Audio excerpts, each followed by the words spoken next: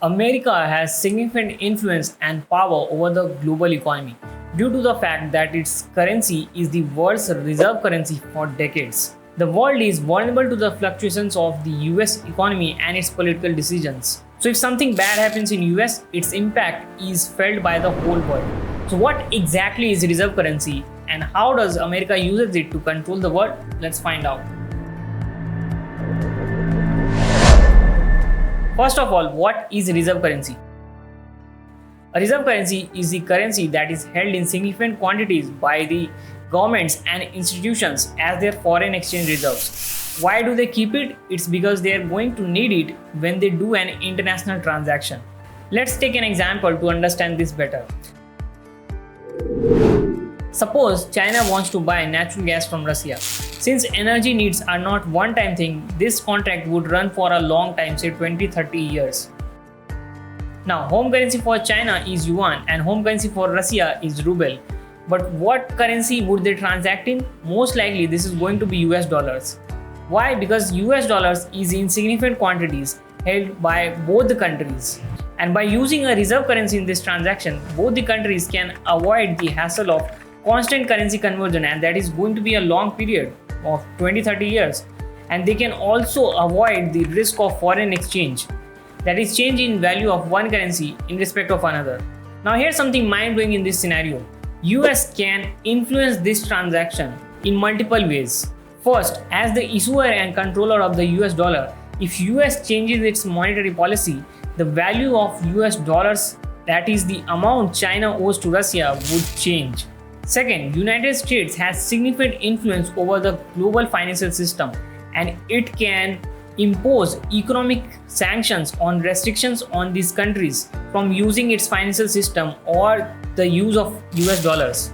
To facilitate international transactions, countries keep US dollars in their foreign bank accounts, which is particularly in US. And these bank accounts are called nostro, meaning ours. Now US dollars forms more than 60% of the world's reserve currency and it is used in more than 80% of the international trades. So all these US dollars kept in the nostro accounts are at risk. If US freezes or restricts the use of these nostro accounts, it would lead to severe implications for the global world and it would trigger a financial crisis over the globe. Biggest financial terrorist in the world is the US dollar. All our monies are in nostro accounts and somebody in the US can say you cannot withdraw it from tomorrow morning and you're stuck. We live in a world where every country is dependent on some other country for suppose its energy needs, medicine, foods or something. So isolation or no international transaction is just not possible. And that gives America its absolute and unwavering power over the global economy. But how did it come to this? How did US dollars become the dominant reserve currency? US dollars only became the world's reserve currency in 1944 when the world leaders signed the Bretton Woods Agreement. Before this agreement, the world's reserve currency was British pound sterling, mainly due to the dominance of British Empire. In 1944, the two world wars had wrecked the world economy and British Empire had fallen. United States, however, was able to maintain a stronger base. It had supplied the military equipments, goods to its allies, and that kept its economy afloat. Also, it was not affected directly by the devastation and destruction in the Europe and Asia. So during the 1944's Bretton Woods Agreement, US dollars was picked up as the world's reserve currency. And here's something interesting. The US dollar's value was fixed to gold. This meant that the other currencies was fixed to US dollars and dollars was fixed to gold. So if any country wanted to exchange their currencies into gold, they could do that.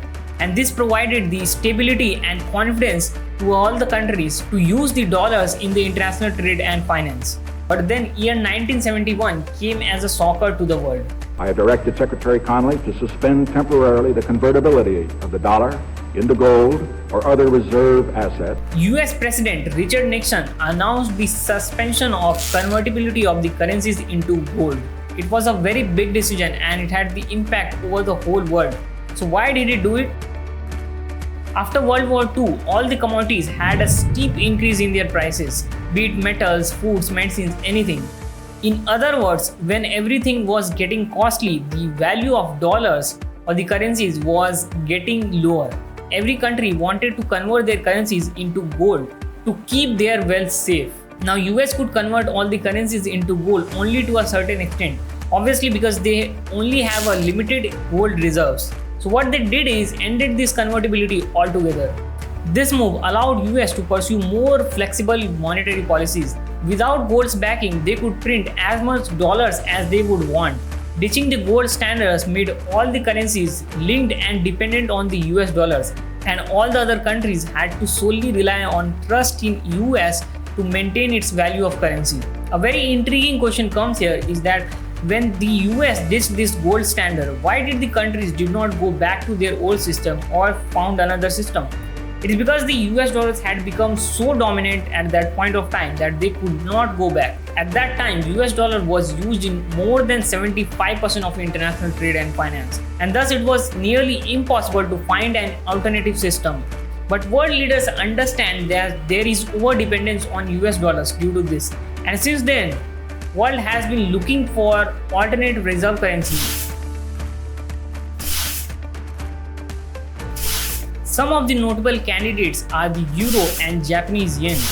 Some very recent developments are like Brazil and Argentina are looking for a common currency.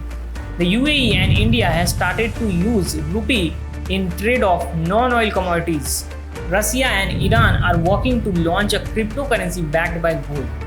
All these developments have pushed the US dollar's dominance to a lower extent. Look at this chart. In 1999, US dollar's share in the world's reserve currency was about 71%, and in recent times it has come to about 59%. But despite these movements, dollar is not going to lose its dominant status very soon. So why is it so difficult to replace US dollars? Any currency to be the reserve currency would require two very important factors: stability and liquidity. The US government has a long history of maintaining stable prices through monetary policy tools such as interest rate adjustment and buying and selling of government securities.